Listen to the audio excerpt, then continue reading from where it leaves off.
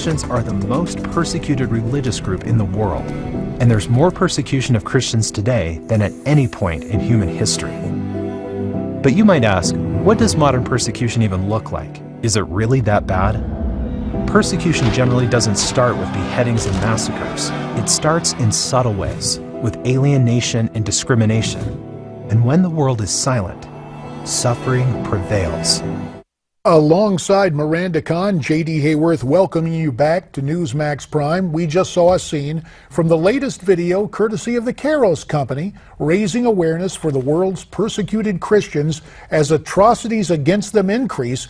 And Secretary of State John Kerry continues to ponder whether to declare ISIS persecution of Christians and other religious groups genocide. Yeah, earlier this week, the House voted unanimously to officially declare ISIS atrocities genocide, stepping up the pressure on the Obama administration to do the same. But there appears to be more stalling by the White House. The State Department spokesperson says Kerry will miss tomorrow's deadline because he's taking a measured approach, and his decision will come soon. A measured approach, huh? Well, let's discuss this. Joining us via Skype, the president of the KAIROS Company, Johnnie Moore. Johnnie, once again, we welcome you to Newsmax Prime. Good to be back with you. Now, one day remains. The pressure is on Secretary Kerry to affirm what is obvious to all of us. Why is it taking this administration so long to label what's going on genocide? I'm so angry about this.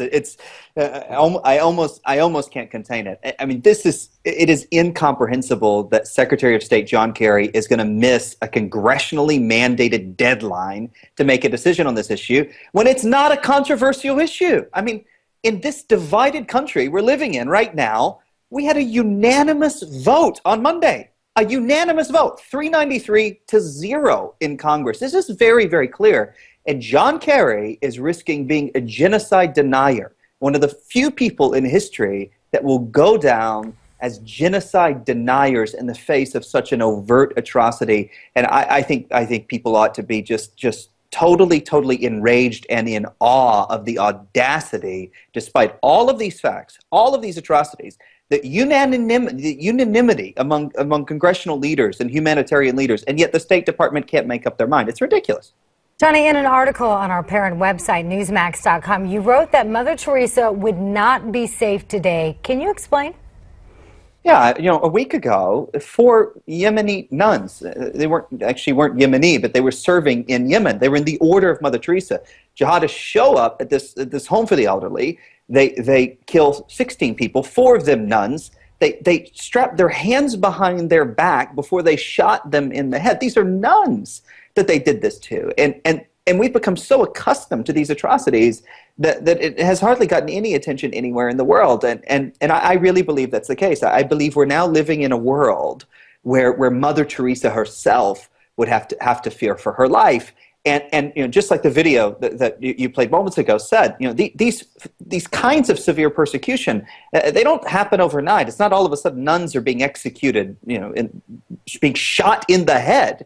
It's a slow progression, and you can rest assured if Secretary of State John Kerry doesn't call this what it is, genocide, and take a harder stance on this issue, then jihadists around the world will just totally feel the freedom to kill whomever they want. And there will be more women and more children and more nuns and more churches. And we could as yet see the eradication of Christianity in the Middle East. I think people in this country ought to be totally enraged that Democrats and Republicans, 393 to 0, can say this is genocide. And yet John Kerry is going to miss his congressionally mandated deadline to even give a determination whether it is or whether it isn't. Will John Kerry go down in history as a genocide denier? That's a very serious question. And it is such a serious topic. Johnnie Moore, there is something else here that we need to discuss, and we'll only have about a minute left. What you've just detailed, there's no doubt in my mind that the persecution of Christians is escalating. So how can our viewers help fund your efforts and the efforts of others to stop this genocide? Well, the first thing you can do, you can go to westandwiththem.com, where that video is that you just played, and you can share it all over the internet, and then give to organizations that are helping. You know, last week we worked the Knights of Columbus to unveil this amazing report outlining all of this information. All the major humanitarian organizations are doing great work with Christians. The Christian ones like World Vision and Samaritan's Purse, the secular ones that are at work there. Whichever one is your favorite that you trust, just give to it, but give generously, because it is a lifeline for these people. And the truth is, people have started to stop giving, and because of that, these people will die a different death. They will have survived ISIS to starve to death, and that's a double tragedy. Johnnie Moore, you always offer news to us. I hope the next time we get together, the news will be much more encouraging. When we come back, some of the best moments from Donald Trump's speech last night.